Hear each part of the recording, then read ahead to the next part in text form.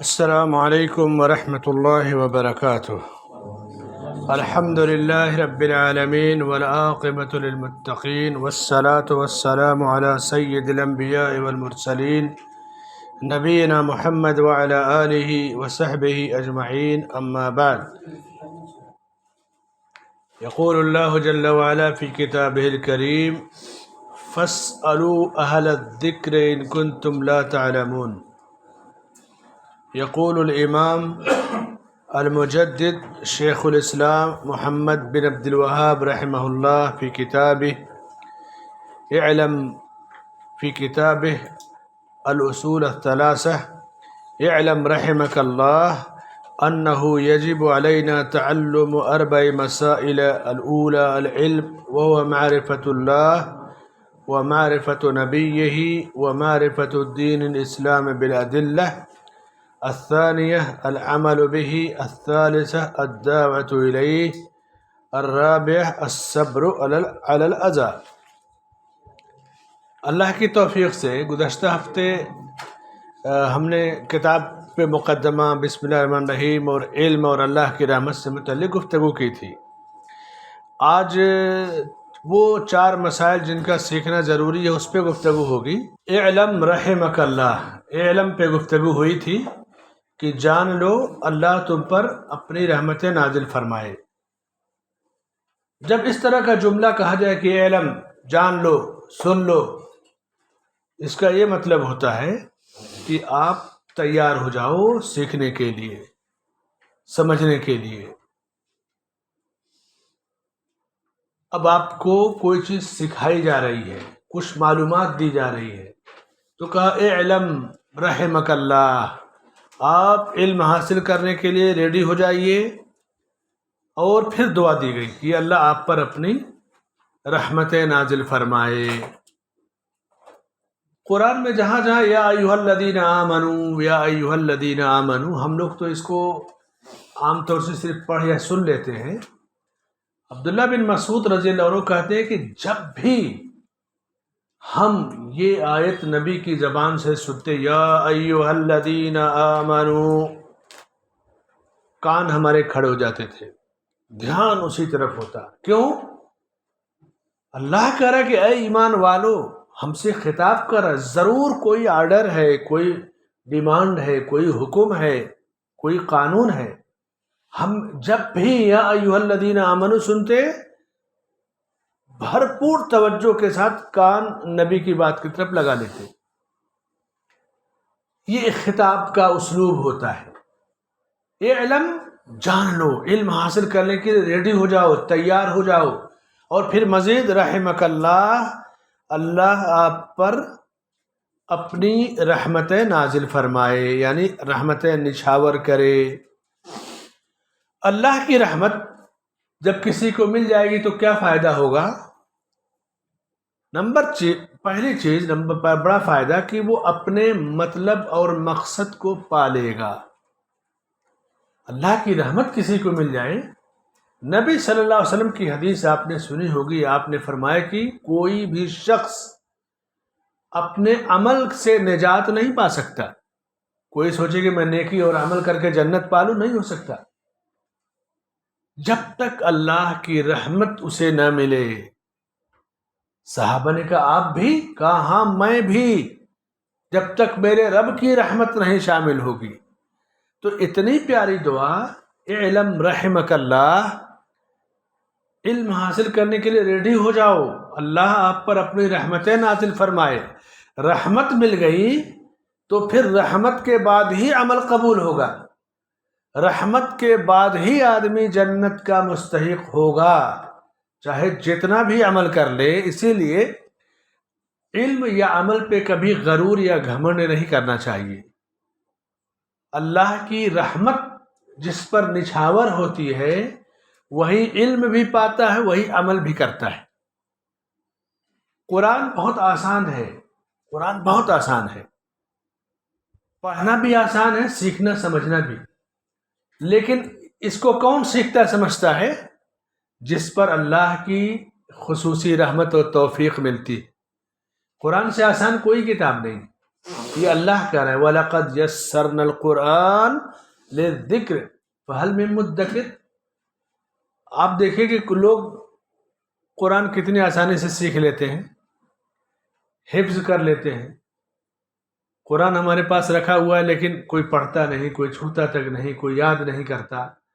تو رحمت الہی یہ بہت پیاری چیز ہے، جس کو اللہ کی رحمت مل گئی وہ اس نے اپنے مقصد کو پا لیا، دنیا میں بھی آخرت میں بھی۔ اسی لیے اللہ کے نبی صلی اللہ علیہ وسلم نے مرد اور عورت دونوں کے لیے رحمت کی دعا کی ہے۔ اللہ اس مرد پر رحم فرمائے جو رات کو اٹھے اور اپنے بیوی کو جگائے نماز کے لیے، نہ اٹھے تو اس کے چہرے پہ پانی کا چھینٹا ڈال دے۔ اس عورت پر رحم فرمائے جو رات کو اٹھی قیام اللیل و تہجد کے لیے، اپنے شوہر کو بھی جگایا، شوہر نہیں اٹھا تو اس کے اوپر پانی کا چھینٹا مار دیا، اٹھ گیا۔ تو ان دونوں اس جوڑے پر نبی نے رحمت کی دعا کی ہے، بہت پیاری دعا ہے یہ۔ جب ہم عصر کی نماز کے لیے آتے ہیں نا، تو عصر کی نماز سے پہلے کوئی سنت مؤکدہ نہیں ہے، لیکن سنت غیر مؤکدہ 4 رکعت ہے، آزاد ہے، پڑھیں نہ پڑھیں۔ پڑھنے والے کے لیے فائدہ کیا ہے؟ اللہ کے نبی صلی اللہ علیہ وسلم کی دعا، رحم اللہ امرأ صلی قبل العصر 4، اللہ اس شخص پر رحم فرمائے جس نے عصر سے پہلے 4 رکعت پڑھ لی۔ سنت مؤکدہ نہیں، لازم نہیں، ضروری نہیں، لیکن پڑھنے کی ترغیب اور شوق کیسے دلایا گیا۔ رحمت کی کس کو ضرورت نہیں ہے؟ آپ ہمارے یہاں تو ایک مزاج بن گیا نا کہ عصر میں کوئی سنت نہیں ہے، ٹھیک ہے، سنت مؤکدہ نہیں ہے، آپ تحیۃ المسجد پڑھ کے بیٹھ سکتے ہیں، لیکن جو شوق، جو رحمت کی دعا نبی نے دی، نبی کسی کو دعا دے دے، کتنا خوش نصیب ہے انسان۔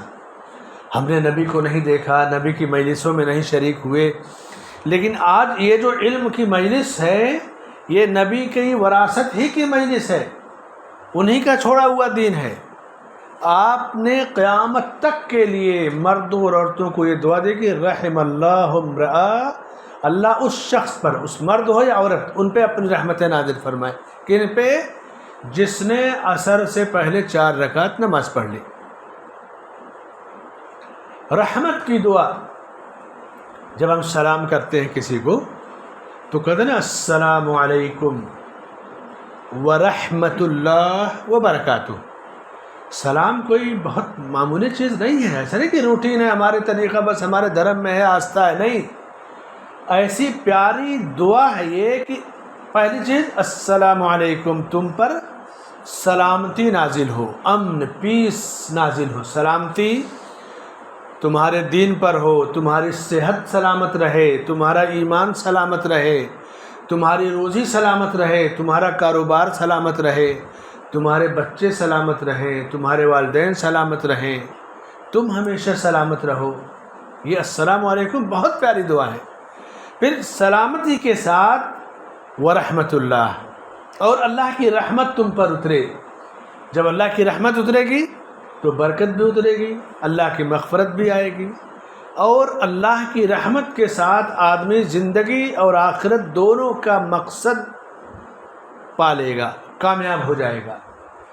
سلامتی، رحمت، اس کے بعد وبرکاتہ، اور پھر اس کی برکت۔ برکت تو سب سے پیاری چیز ہے، وقت میں برکت، علم میں برکت، عمر میں برکت، مال میں برکت۔ جس چیز سے اللہ برکت اٹھا لیتا ہے آدمی اس کا لطف نہیں پاتا ہے۔ جس چیز میں برکت ہوتی ہے کم پر بھی بندہ وہ خوشی کی زندگی گزارے گا کہ آدمی سوچ نہیں سکتا۔ مثلا بصری رحمہ اللہ اور دوسرے سلف صالحین کہتے تھے کہ ہم لوگ جس طرح کی پرسکون زندگی گزارتے ہیں، اگر بڑے بڑے بادشاہوں کے لڑکے یا ان کے گھرانے کے لوگ جان جائیں تو ہماری لائف کو پانے کے لیے وہ جھگڑا کریں، کم کے باوجود کبھی آدمی کو چٹائی پہ جو سکون کی نیند اور اطمینان محسوس ہوتا ہے 5 اسٹار ہوٹل میں اسے وہ سکون نہیں ملتا. خشک روٹی کھا کر کے جو اسے لذت ملتی ہے اسے بڑی سے بڑی نعمتیں کھا کے نہیں ملتی. اللہ کی برکت جب آتی ہے رزق میں، عمر میں، آپ دیکھیے کہ کچھ لوگوں نے کم وقت میں اتنا کام کیا کہ آدمی 2-4 سال تک کرتا رہ نہ کر پائے. امام نووی 40 سال کے قریب تھے، ان کی وفات ہوئی. دنیا میں کوئی بھی مسجد، لائبریری، گھر ایسا نہیں ملے گا جہاں ان کی کتاب ریاض الصالحین نہ ملے، مسلم کی شرح نووی نہ ملے، المجموع شرح المہذب نہ ملے. حدیث کی کتاب 40 حدیثیں جمع کی، 40 نووی. اتنا مقبول کہ نہ پوچھیے. بعض سلف صالحین کہتے ہیں، لکھتے ہیں کہ میں قیامت کے دن امام نووی سے ملوں گا، یہ ضرور پوچھوں گا، یہ بتاؤ کہ تمہارا اور تمہارے رب کے درمیان کون سا تعلق تھا کہ تمہاری کتاب اتنی پھیل گئی دنیا میں. ریاض الصالحین، 40. یعنی جو لوگ جس فیلڈ میں ہوتے ہیں وہ دیکھتے ہیں نا کہ اللہ نے کتنی مقبول ہے. وہ بھی 40 سال، 39-40 سال میں وفات ہوئی تھی ان کی. کم وقت میں زیادہ کام، برکت اور رحمت اسی کو کہتے ہیں. اور رحمت اور برکت کی جو جڑ ہے وہ آپ کو سیرت طیبہ میں ملے گی. 23 سال ٹوٹل زندگی تھی آپ کی نبوت کے بعد. 40 سال میں نبوت ملی، 63 میں وفات ہوئی. 23 سال میں جو انقلاب پوری دنیا میں آیا کوئی تصور کر سکتا ہے؟ تو اللہ جب کسی کو اپنی رحمت اور برکت سے نوازتا ہے تو پھر اس سے خوش نصیب کوئی نہیں رہتا ہے. کم عمل میں بھی اگر اللہ نے برکت دے دی تو وہ کامیاب ہو جاتا ہے. ایک صحابی ہے جن کا نام اسیرم ہے، الف صاد یہ رے میم.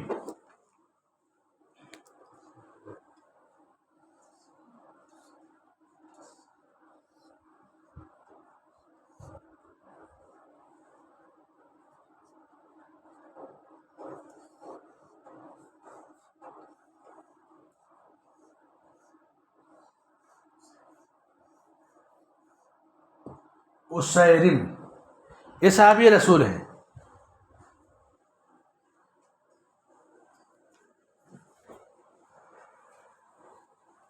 آپ اس نام کو یاد رکھیں اور دیکھیں کہ کیسے کم عمل میں اللہ کی جب رحمت اور برکت ملی تو زیادہ بدلہ ملا.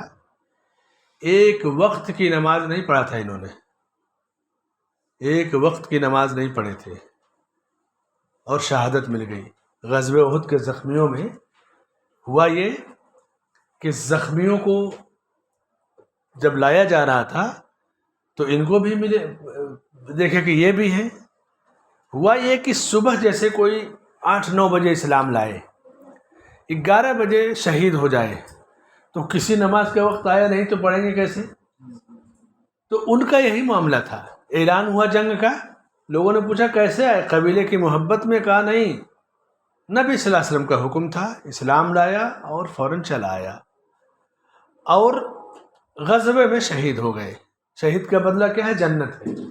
تو آپ نے کہا کہ دیکھو عمل کم بدلہ زیادہ ہے. روزہ، حج، زکوٰۃ تو چھوڑیے، ایک وقت کسی نماز کا وقت آیا ہی نہیں تو پڑھتے کہاں سے؟ تو اللہ جب کسی کو نوازتا ہے تو یہ برکت ملتی ہے، یہ خیر ملتا ہے. عمل کبھی کبھی زیادہ ہے کسی کے پاس، کبر آ گیا، غرور آ گیا، دکھاوا آ گیا، پوری برکت ختم ہو جاتی ہے. اخلاص ہے کم عمل میں بھی اللہ تعالیٰ برکت دیتا ہے. تو شیخ رحمۃ اللہ علیہ کہتے ہیں اعلم رحمک اللہ، جان لو، علم حاصل کرنے کے لیے ریڈی ہو جائے، تیار ہو جاؤ. اور پھر جو علم کے لیے تیار ہے اس کے لیے رحمت کی دعا کر رہے ہیں کہ اللہ تم پر اپنی رحمتیں نازل فرمائے، مغفرت نازل فرمائے، توفیق الہی تمہیں حاصل ہو. یہ ہے رحمت کی دعا. یہ شیخ محمد بن عبد الوہاب رحمۃ اللہ علیہ اپنی کتاب کے ہر پڑھنے والے کو یہ دعا دے رہے ہیں. کیوں دے رہے ہیں دعا؟ اس لیے کہ شاگرد کے لیے، علم حاصل کرنے والے کے لیے، عمل کرنے والے کے لیے دعا دینا یہ سنت کا طریقہ ہے، نبی کا طریقہ ہے. نبی نے کتنی بڑی بڑی فضیلتیں بتائی علم حاصل کرنے کی، تو یہ طریقہ ہے. اعلم رحمک اللہ، تم جان لو، علم حاصل کرنے کے لیے ریڈی ہو جائے، تیار ہو جاؤ. اللہ تمہیں اپنی رحمتوں سے نوازے، تم پر اپنی رحمتیں نازل فرمائے.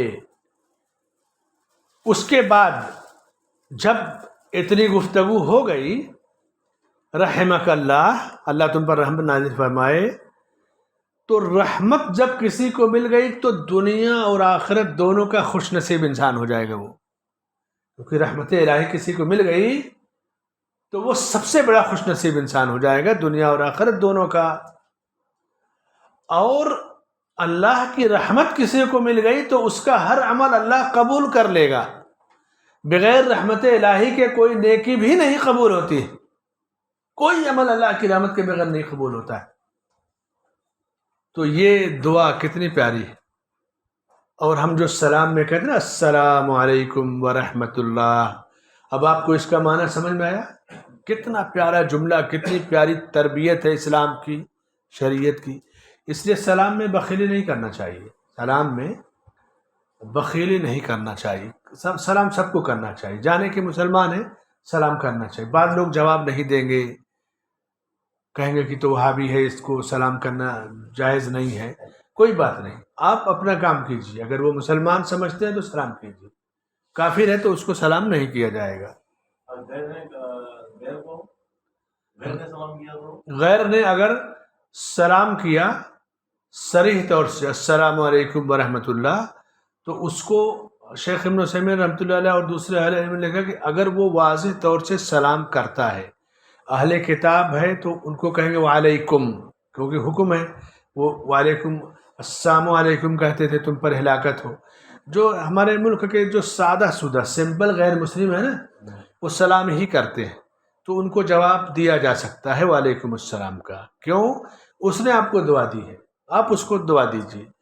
آپ کی سلامتی کی دعا میں اہل علم نے کہا کہ آپ کی سلامتی کی دعا میں یہ نیت ہو کہ اس کو اللہ ہدایت عطا فرمائے. ہدایت سے بڑی کون سی سلامتی ہے؟ ہدایت سے بڑی کوئی سلامتی نہیں ہے. اور جس ماحول فیلڈ میں ہے، اگر آپ ایک دم ٹائٹ رہیں گے، کٹ کر کے رہیں گے، تو یہ دشمنیاں بڑھیں گی. تو دلوں کو جوڑیے، پہل نہیں کریں گے.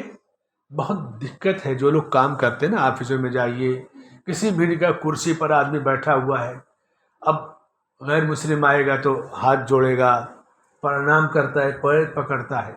ہمارے ہاں سلام صرف مسلمانوں کو سکھایا گیا، تو وہ غرور گھمنڈ اور جل بن جاتا ہے کہ دیکھو. تو اس کے لیے آپ آداب کہہ دیجئے، یا جو بھی جملے یہ آپ کی فراست پر ہے، کہہ کر کے ماحول کو سازگار بنا لیجئے، اپنا کام کر کے نکلیے. اصل دعا یہ ہے کہ افشوا السلام بینکم، تم آپس میں سلام کو عام کرو. غیر نے کیا تو جواب دے دو، پہل آپ کو نہیں کرنا ہے.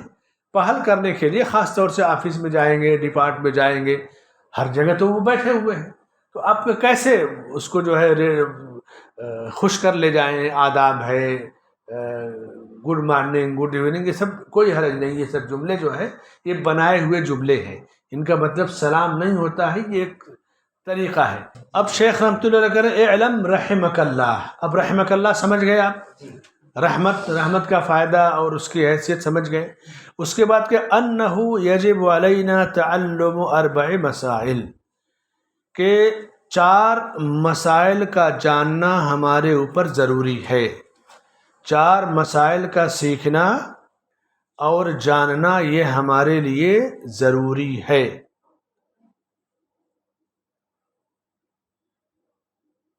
علم کے باب میں جب مطلق علم بولا جائے، جنرل کی علم حاصل کرو، تو اس سے شرعی علم مراد ہے.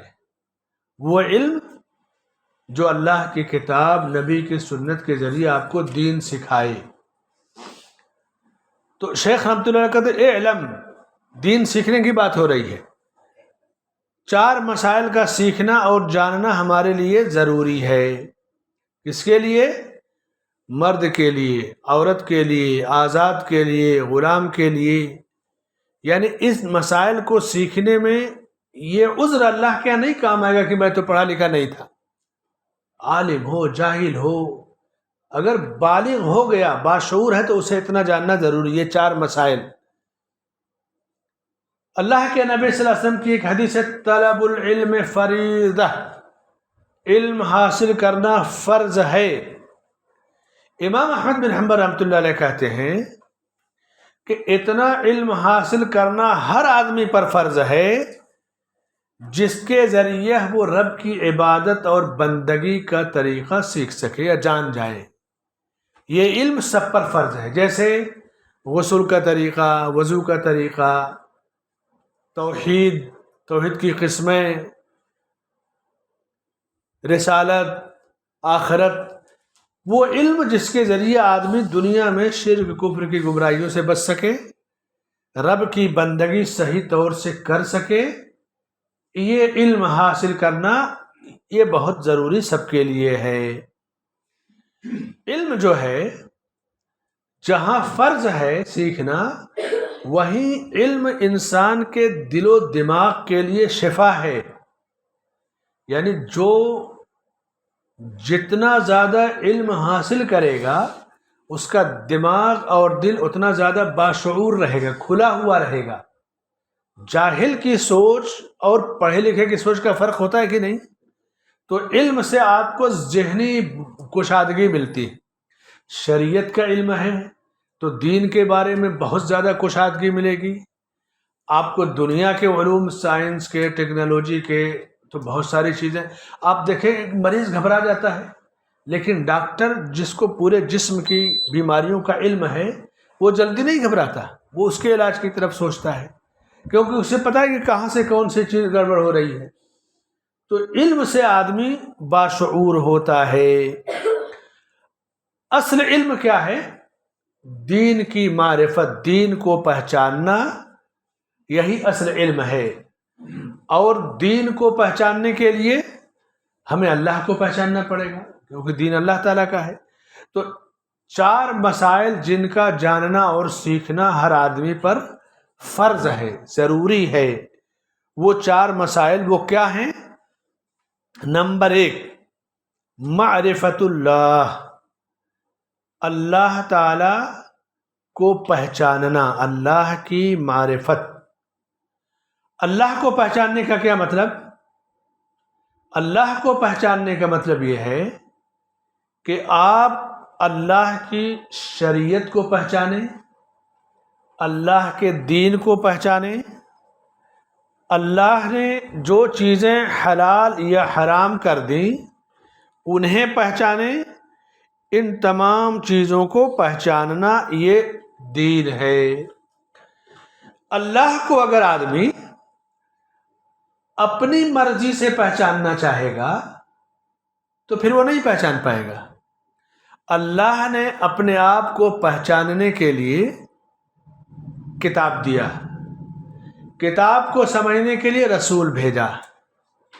تو پہلی جو چیز ہے علم کی اور بنیاد 4 مسائل جن کا سیکھنا ضروری ہے، وہ ہے اللہ کو پہچاننا، اللہ کی شریعت کو پہچاننا۔ شریعت کیا ہے؟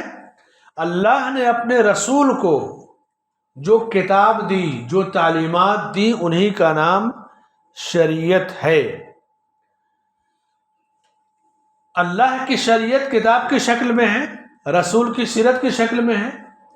اللہ کی پوری کائنات، اس کو آپ دیکھیں گے تو اللہ کو پہچاننا آسان ہوگا۔ بنیاد تو قرآن ہے، کتاب ہے۔ جیسے وَمِنْ آيَاتِهِ خَلْقُ السَّمَاوَاتِ وَالْأَرْضِ، آسمان زمین کا پیدا کرنا یہ اللہ کی نشانی ہے۔ اب جو اللہ کی نشانیوں کو دیکھتا ہے، جیسے ایک آدمی PhD کیا ہواؤں کے بارے میں، ایک آدمی زمین کے نیچے کے بارے میں، ایک سمندر کے بارے میں، جو سائنس کے علوم ہے نا، آپ جائیے یونیورسٹیوں میں تو الگ الگ قسمیں بنی ہیں ان علوم کی۔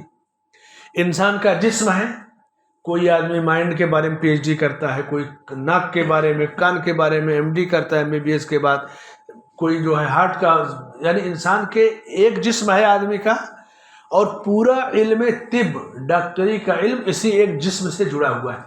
پوری دنیا، چھوٹا ڈاکٹر ہو یا بڑا، کوئی ہڈی کا اسپیشلسٹ ہے، کوئی جوڑوں کا ہے، کوئی رگ کا ہے، کوئی نس کا ہے، کوئی ناک کا ہے، کوئی کان کا ہے، پوری دنیا ایک کالج، یونیورسٹی، ہاسپٹل کی شکل میں آپ دیکھیے، یہ کیا اللہ کی مخلوق انسان، اور انسان کے بارے میں آدمی ریسرچ کرتا ہے، اس کی معلومات لیتا ہے۔ وَفِي أَنفُسِكُمْ أَفَلَا تُبْصِرُونَ، تمہارے اندر بھی اللہ کی نشانیاں۔ ابھی جو آدھار کارڈ جب سے آیا، لوگوں نے یہ چیز تو پہلے سے دنیا کو معلوم ہے، کیونکہ انٹرنیشنل ایئرپورٹ وغیرہ پہ فنگر پرنٹ لیتے تھے، آدھار پہ بھی لیتے ہیں، تو یہ انگوٹھے کا نشان ہر آدمی کا الگ الگ ہے۔ اللہ کی قدرت کی اس سے بڑی نشانی کیا ہوگی؟ تو آدمی غور کرے کہ تمہارے اندر بھی اللہ کی نشانی ہے، کائنات کے بارے میں غور کرے، 7 آسمان 7 زمین، کیسے آسمان بغیر چھت کے قائم ہے؟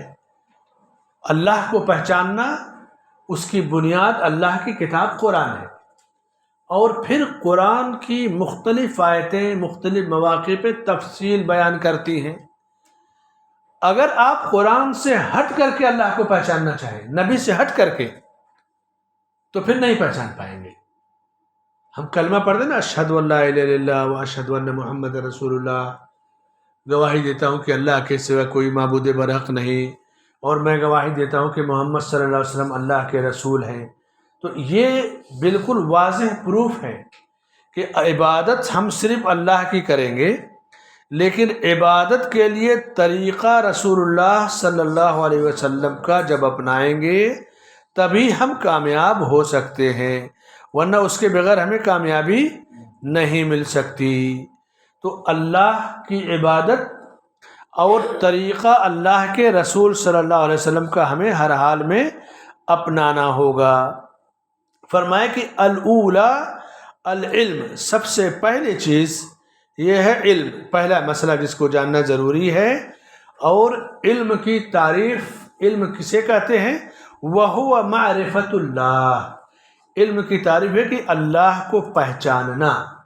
اللہ کو پہچانیں گے کیسے؟ اللہ کی کتاب کے ذریعے اور اللہ کے نبی کے ذریعے۔ اللہ کی کتاب میں جو رہنمائی کی گئی، کائنات کے بارے میں غور کیجئے، انسان اپنے بارے میں غور کرے، انسان اپنی زندگی کے بارے میں غور کرے، تو ساری چیزیں اس کو بڑی آسانی سے مل جائیں گی۔ قرآن میں جگہ جگہ اللہ نے اپنا تعارف کرایا، اپنی پہچان، اللہ لا الہ الا هو الحی القیوم، یہ اللہ کا تعارف ہے کہ اللہ جس کے سوا کوئی معبود برحق نہیں، وہ ہمیشہ زندہ رہنے والا، ہمیشہ قائم رہنے والا، یعنی قیوم خود بھی قائم ہے اور پوری دنیا کو قائم کیا ہوا ہے۔ هو اللہ الذی لا الہ الا هو عالم الغیب والشہادہ، وہ اللہ جس کے سوا کوئی معبود برحق نہیں، جو حاضر اور غائب تمام چیزوں کو جاننے والا ہے۔ تو یہ ہے اللہ کی معرفت، اللہ کو پہچاننا۔ پورا علم توحید، بہت پیارا علم ہے علم توحید۔ تو اللہ کو پہچاننا یہ سب سے پہلا مسئلہ ہے جس کا جاننا ضروری ہے۔ دوسرا مسئلہ، اللہ کے نبی کو پہچاننا۔ ایسا کیوں؟ اس لیے کہ اللہ کے دین اور اللہ کی عبادت اور ہمارے درمیان واسطہ کون ہے؟ رسول ہے۔ رسول نے اللہ سے دین حاصل کیا، عبادت کا طریقہ لیا اور ہمیں عبادت کا طریقہ بتایا۔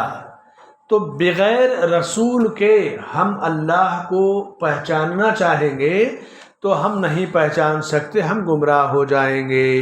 اسی لیے اللہ نے کہا کہ فَاذْكُرُوا اللَّهَ كَمَا عَلَّمَكُم مَا لَمْ تَكُونُوا تَعْلَمُونَ، تم اللہ کو یاد کرو مگر ایسے منمانی مت یاد کرو، جس طرح یاد کرنے کا اللہ نے تمہیں ڈھنگ اور طریقہ سکھایا ہے۔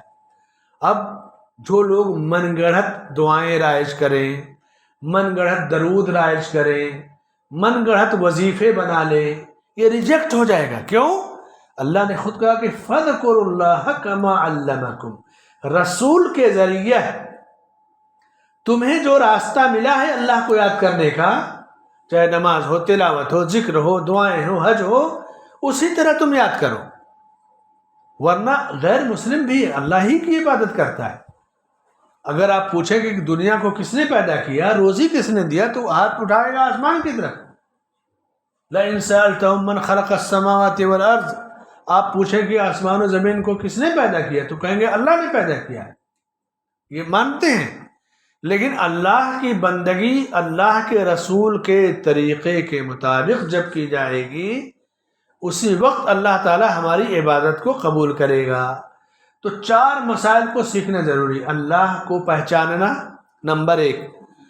اللہ کو پہچاننے کا مطلب یہ بھی تھوڑی وضاحت ہو گئی۔ نمبر 2، اللہ کے نبی کو پہچاننا۔ اللہ کے نبی کو صرف پہچاننے کا مطلب نہیں کہ نام جان جاؤ، اللہ کے نبی پر ایمان لانا، آپ کی لائی ہوئی شریعت کی تصدیق کرنا، آپ کے لائے ہوئے دین سے راضی ہو جانا، اور اللہ جب توفیق دے حکمرانی کی تو اس کے دین کو نافذ کرنا، اس کے قانون کو نافذ کرنا، نبی کے فیصلے سے راضی ہو جانا۔ ایک جگہ اللہ نے فرمایا کہ فَلَا وَرَبِّكَ لَا يُؤْمِنُونَ، قسم ہے تیرے رب کی قسم، یہ ایمان والے ہو ہی نہیں سکتے۔ یعنی آپ غور کیجئے کہ اللہ کہہ رہا ہے کہ بندہ اس وقت تک مومن ہو ہی نہیں سکتا، کب تک؟ جب تک ہر معاملے میں آپ کے فیصلے کو نہ مانے، اور فیصلہ ایسا نہیں کہ زبردستی، بالکل دل کی خوشی کے ساتھ۔ ثم لا يجدوا في انفسهم حرجا مما قضيت ويسلموا تسلیما۔ مومن کی ایک پہچان بتائی گئی، مومن کو کیسے پہچانیں گے ایمان والے کو۔ اللہ نے کہا کہ انما كان قول المؤمنین اذا دعوا الى اللہ ورسولہ ان يقولوا سمعنا واطعنا۔ ایمان والوں کی شان، پہچان، ان کی نشانی کہ جب انہیں اللہ اور اس کے رسول کی طرف بلایا جائے تو کہیں کہ ہم نے سنا اور مان لیا۔ کتنا آسان نسخہ ہے ایمان والوں کو پہچاننا۔ اگر کوئی شخص بدعت رائج کرتا ہے، اس سے کہو کہ سنت مصطفیٰ سے دلیل دو، نبی سے محبت کر رہا ہو نا، نبی کے عمل سے دلیل دو، نہیں دے رہا ہے تو گویا اس کا ایمان مکمل نہیں ہے۔ کوئی بھی دین کا عمل اگر سنت کے خلاف کوئی کرتا، اپوزٹ جاتا ہے، تو اس کے ایمان میں کمی ہے، اسی لیے وہ سنت کے اپوزٹ کام کرتا ہے۔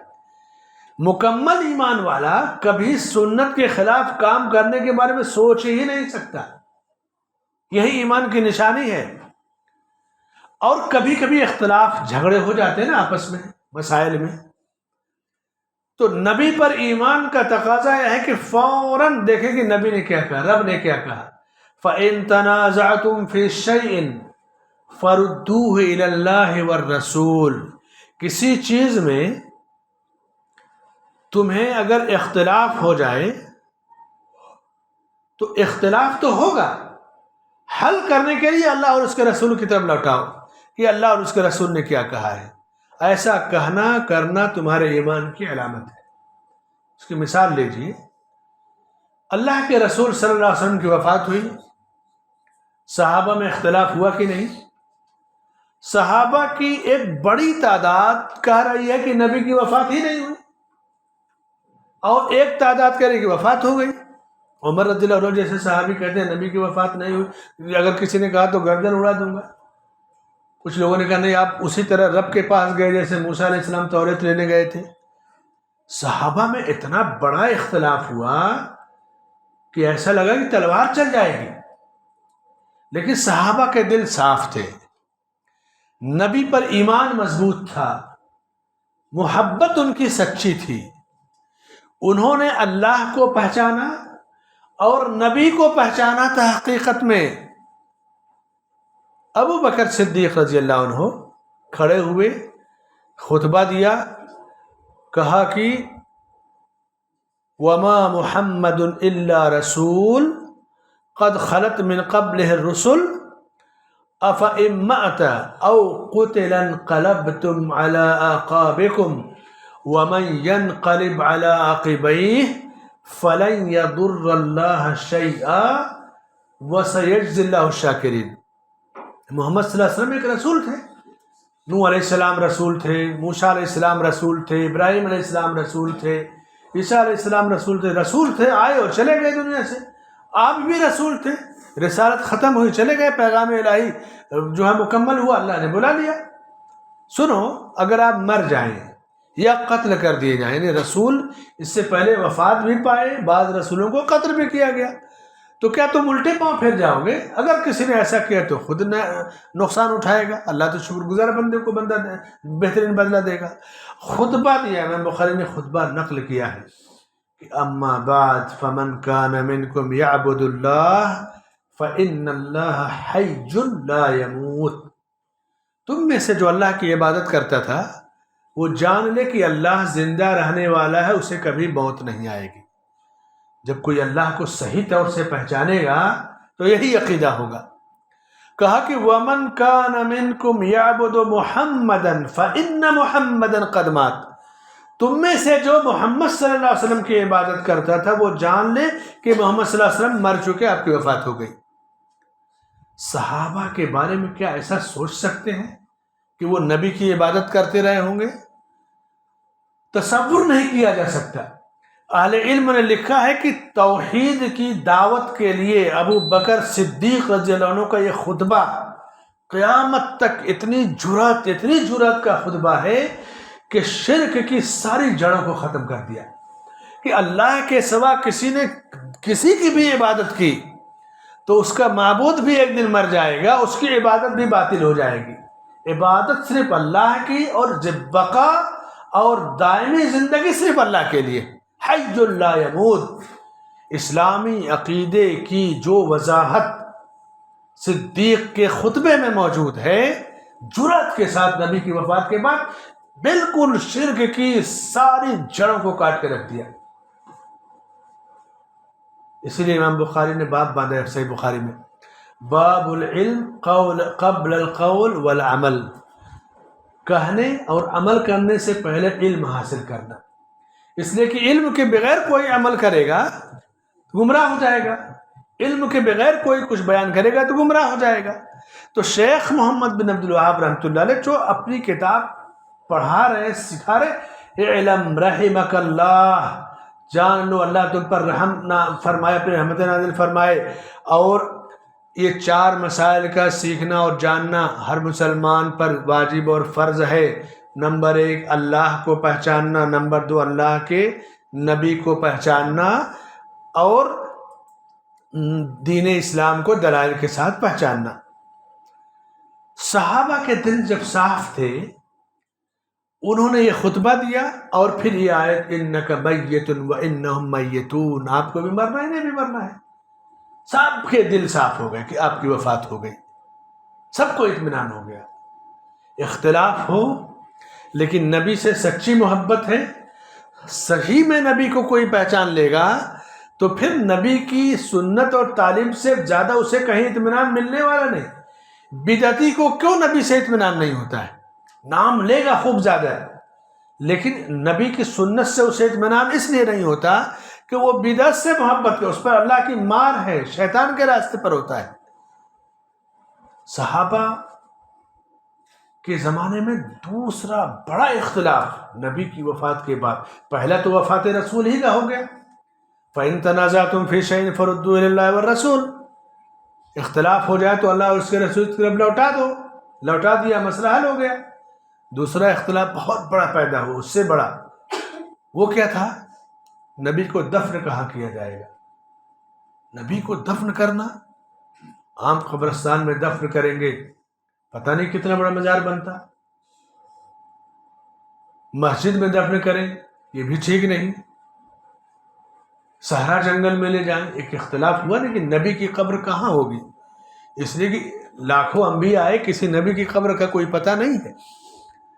اختلاف ہوا دفن کے سلسلے میں، لیکن جب صحابہ نے نبی کو اچھی طرح پہچانا تھا تو اختلاف کے موقع پہ نبی کی حدیث کو کوٹ کرتے، دیکھو ہمارے نبی نے یہ حکم دیا ہے، کہا کہ میں نے نبی صلی اللہ علیہ وسلم سے سنا، ابو بکر صدیق رضی اللہ عنہ نے کہا کہ میں نے اللہ کے نبی صلی اللہ علیہ وسلم سے سنا ہے کہ انبیاء کی جہاں وفات ہوتی ہے وہیں انہیں دفن کیا جاتا ہے، یا جس نبی کی جہاں قبر بنانی ہوتی ہے اس کی روح وہیں قبض کی جاتی ہے۔ تو جہاں آپ کی وفات ہوئی، آپ کا گھر تھا، حجر عائشہ تھا، مسجد میں نہیں تھے، مسجد نبوی کی توسیع ہوتے ہوتے ہوتے ایسا لگ رہا ہے، لیکن وہ تو مسجد سے دور آپ کا مقام تھا، مسجد سے الگ وہ حصہ تھا، دیواریں بھی الگ تھی، سب الگ تھا معاملہ۔ حجر عائشہ میں آپ دفن ہیں، یعنی آپ کی اہلیہ ام المومنین عائشہ صدیقہ رضی اللہ عنہ کا جو گھر تھا اس میں آپ دفن ہیں۔ کہا میں نے اللہ کے نبی سے سنا ہے کہ انبیاء کی جہاں وفات ہوتی ہے وہیں دفن کیا جاتا ہے۔ سارے اختلافات مٹ گئے، سب لوگ، جب نبی کو صحیح طور سے کوئی پہچانے گا تو نبی کی باتیں سن کر کے اس کا دل مچل جائے گا، اس کا ذہن صاف ہو جائے گا، ساری چیزیں اس کے لیے آسان ہو جائیں گی۔ تیسرا بڑا اختلاف ہوا نبی کی وفات کے بعد، خلیفہ کون بنے گا؟ اب جب کرسی اقتدار کی بات ہے تو انسانی فطرت ہے، ہنگامہ آ رہا ہے، ہر آدمی چاہے گا کہ مجھے خلافت ملے۔ بڑے بڑے لوگوں نے دعویٰ کیا خلافت کا، چاہت الگ تھی دلوں کی، اس کے لیے تلوار نکلنے والی تھی۔ اب چونکہ صحابہ کو نبی نے یہ ٹرینڈ کیا تھا، تعلیم تھی، اللہ کو پہچاننا ہے، نبی کو پہچانا، دین اسلام ان سے زیادہ کون پہچانتا، تو نبی کی حدیث پیش کیا کہ الائمۃ من قریش، نبی سے میں نے سنا ہے کہ امام خلیفہ میرے بعد قریش میں سے ہوگا۔ اب سارے لوگ پیچھے ہو گئے، صرف آل قریش باقی تھے، پھر ان میں سے ابو بکر رضی اللہ عنہ کو خلیفہ منتخب کیا گیا۔ تو جب کوئی شخص اللہ کو نبی کے حوالے سے پہچانتا ہے، نبی کی سیرت اور سنت اور تعلیم کے ذریعے، تو بڑے بڑے مسائل آئیں گے، بہت آسان حل ہو جائے گا۔ شیخ عبد الرزاق البدر ایک بڑے عالم ہیں سعودیہ میں، مسجد نبوی میں ان کا درس ہوتا ہے فجر کے بعد، اور 20 سال سے ان کے والد شیخ عبد المحسن العباد جو مفتی مدینہ تھے کسی زمانے میں، شیخ عبد الرزاق کے پاس ایک سوال آیا ابھی، چونکہ جب مسجد نبوی یا مکے میں درس ہے تو دنیا بھر سے کوئی بھی اس میں بیٹھتا ہے، علم حاصل کرتا ہے۔ کسی نے سوال دیا کہ مدینے کے اندر عید میلاد کیوں نہیں منائی جاتی؟ اس لیے کہ یہ نبی کا شہر ہے، یہاں عید میلاد کیوں نہیں منائی جاتی؟ تو شیخ نے جواب دیا کہ اس لیے نہیں منائی جاتی کہ مدینے کے لوگ نبی سے محبت کرتے ہیں، بس اور کچھ نہیں۔ اگر نبی سے محبت ہے تو ظاہر سی بات ہے کہ نبی سے محبت کرنے والا وہی کرے گا جو نبی نے کیا ہے، جو صحابہ نے کیا ہے، بس کچھ اور تفصیل نہیں۔ ایسا اس لیے ہے کہ اہل مدینہ نبی سے محبت کرتے ہیں، محبت کرنے والا کبھی بدعت نہیں رائج کر سکتا، محبت کرنے والا کبھی نبی کی سنت کے مخالف کوئی طریقہ نہیں ایجاد کر سکتا۔ محبت کرنے والا وہ لوگ جنہوں نے نبی سے سب سے زیادہ محبت کی، خلفائے راشدین، صحابہ کرام، ان کے راستے سے آگے نہیں بڑھ سکتا۔ محبت کا لفظ بڑا جامع ہے، تو یہ بڑا پیارا جواب ایک جملے میں، اس لیے کہ نبی سے محبت ہے تو محبت اس طرح کرو جیسا کہ محبت کے نام پہ جان دینے والے آپ کے صحابہ تھے۔ تو فرمایا کہ اللہ کو پہچاننا، اللہ کے نبی کو پہچاننا اور دین اسلام کو دلیلوں کے ساتھ پہچاننا. جب اللہ کو پہچان لیا آپ نے، نبی کو پہچان لیا، تو اللہ نے نبی کے ذریعے دین اسلام عطا کیا. نبی کی سیرت سنت کو پہچانیں گے، لیکن دین اسلام کو آپ جب دلیل کے ذریعے پہچانیں گے. دلیل کیا چیز ہوتی ہے؟ دلیل کہتے ہیں کہ آدمی کو جو مطلب اور مقصد تک جو بات پہنچا دے. کبھی کبھی ہوتا ہے نا کہ آدمی سن لیا لیکن دلیل نہیں تو اطمینان نہیں ہوتا، اور دلیل کتاب اور سنت سے جب ہوتی ہے تو اطمینان کے لیے کافی ہے. تو جب اللہ کو پہچانا، اللہ کے نبی کو پہچانا اور دین اسلام کو دلیل سے پہچانے گا تو سنت اور سیرت تو ویسے آئے گی اس کی زندگی میں. تو یہ اس نے گویا کہ ایک بہت بڑے فرض کو ادا کر دیا. وَمَعْرِفَةُ الدِّينِ الْإِسْلَامِ بِالْأَدِلَّةِ. جب کوئی دلیل سے دین کو پہچانے گا تو تقلید کبھی وہ نہیں کرے گا. مقلد دلیل نہیں تلاش کرتا ہے، وہ کیا کرتا ہے؟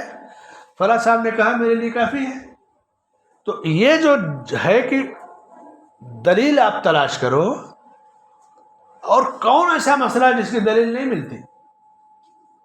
توحید کے بارے میں دلیل، نماز، حج، زکوٰۃ، سارے مسائل میں دلیل ہے. فَاسْأَلُوا أَهْلَ الذِّكْرِ إِن كُنتُمْ لَا تَعْلَمُونَ. اس کو پیش کریں گے لوگ نا کہ دیکھو اس میں کہا گیا ہے کہ تقلید کی دلیل ہے. اس آیت میں تو تقلید کی جڑوں کو ختم کر دیا گیا ہے کہ انہی سے سوال کرو جو دلیل سے بات کرتے ہو، اور ان سے دلیل کے ساتھ جواب حاصل کرو. جب تم نہ جانو تو صرف انہی علماء سے پوچھو جو دلیل کے ساتھ گفتگو کریں اور دلیل کے ساتھ تمہیں بتائیں.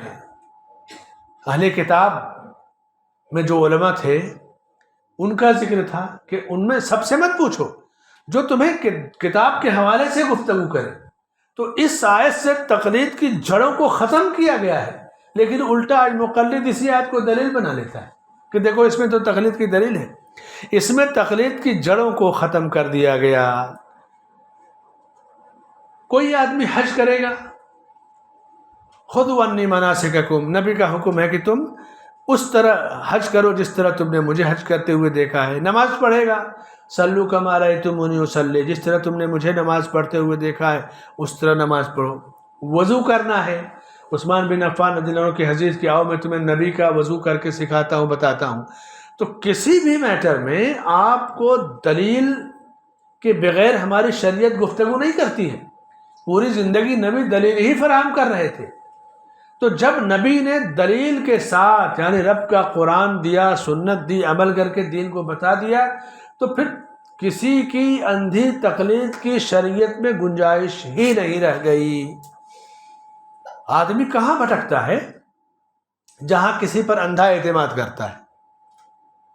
اندھا اعتماد کرنے والا کہیں نہ کہیں دھوکہ کھاتا ہے، اور جہاں معاملہ صاف ستھرا ہوتا ہے وہاں دھوکے کا کوئی خطرہ نہیں ہوتا ہے. دین میں کسی پر اندھا اعتماد نہیں کرنا ہے. دین میں دلیل کے ساتھ دین اسلام کو دلائل کے ذریعے تم پہچانو. کیوں ایسا؟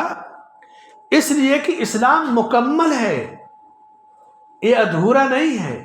اور یہ اسلام صحابہ کے زمانے میں مکمل طور سے نافذ تھا. ایک اسٹیٹ، ایک ملک کا جو قانون ہوتا ہے نا، دستور، سمویدھان جس کو کہتے ہیں، اس طور پر یہ نافذ تھا دین اسلام.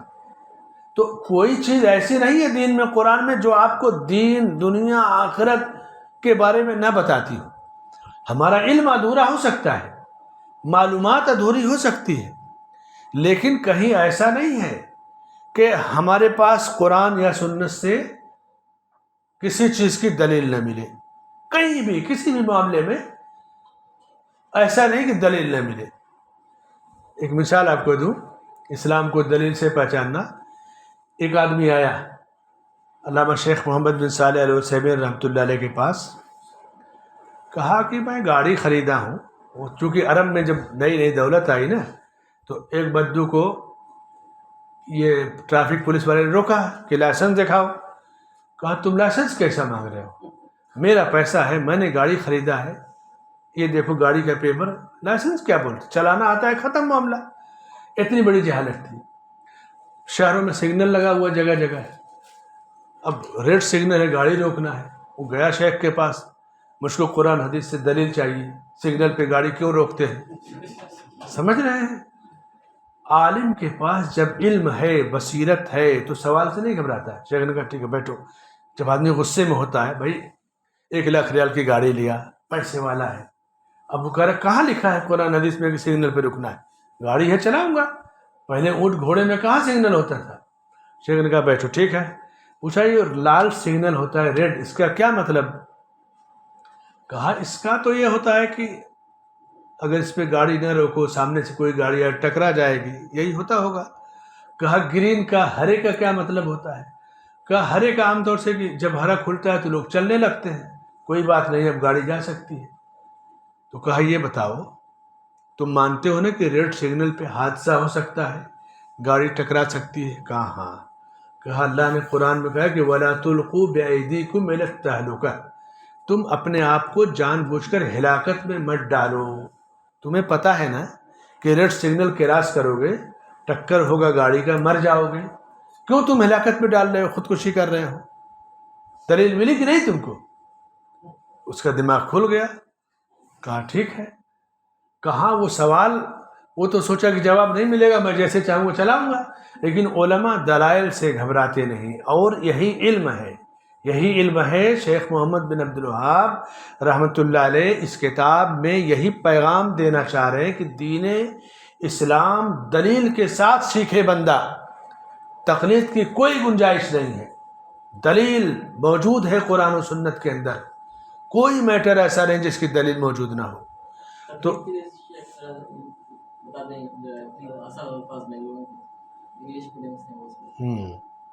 تقلید ایک اصطلاح ہے، جیسے اتباع سنت کو کہتے ہیں نا، اتباع سنت کا مطلب کہ سنت کی پیروی کرنا۔ تقلید کا مطلب کہ بغیر علم کے کسی نے کہہ دیا پیر صاحب ہاں وہ بڑے عالم ہیں، بس جو وہ کہیں گے وہی مانیں گے۔ اصل میں کیا ہوتا تھا، تقلید جو ہے قلادہ ایک پٹا ہوتا تھا جو اونٹ کی گردن میں لٹکا دیتے تھے، جس کا وہ پٹا ہے اسی کا وہ اونٹ ہوتا تھا۔ تو اب یہاں جو پیری مریدی کا سلسلہ شروع ہوا، بڑوں کی پیروی کا، کہ بس فلاں نے جو کہہ دیا نا ہم تو اس کے ماننے والے ہیں، بس وہ جو کہہ دے، ہم دلیل ولیل کے چکر میں نہیں پڑتے۔ یہی ہے تقلید، کسی کی بات کو بغیر پروف کے مان لینا، یہ تقلید ہے۔ تقلید ایک تقلید شخصی ہے کہ قرآن و سنت کے ہوتے ہوئے، یعنی آپ کے پاس دلیل ہے لیکن آپ کسی سے اتنی محبت کریں کہ نہیں ہمارے فلاں نے جو کہہ دیا ہم وہی مانیں گے، ہم نہیں جانتے قرآن حدیث، تو ایسی تقلید تو حرام ہے، کیونکہ ہم نے ریجیکٹ کر دیا قرآن و حدیث کو۔ تو شیخ نے کہا وَمَعْرِفَةُ دِينِ الْإِسْلَامِ بِالْأَدِلَّةِ، دلیل کے ذریعے دین اسلام کو پہچاننا، اور دلیل اللہ کا کلام، نبی کا فرمان، یہی دلیل ہے، سنت یہی دلیل ہے۔ اور اس کے بعد بس اسی پر گفتگو ختم کرتے ہیں، 10 منٹ تو آپ لوگوں نے سوال جواب میں لے لیا۔ تو آج کی گفتگو کہ یہ 4 مسائل کو سیکھنا ضروری ہے۔ ان میں پہلا مسئلہ علم، اور علم کی تعریف اللہ کو پہچاننا، نبی کو پہچاننا، اور دین اسلام کو دلیلوں کے ذریعے پہچاننا۔ اس کے بعد اگلی گفتگو میں دوسرا، تیسرا، چوتھا مسئلہ آئے گا، ٹھیک ہے؟ اسی پر گفتگو ختم کی جا رہی ہے۔ اللہ آپ کو جزائے خیر دے۔ السلام علیکم ورحمۃ اللہ۔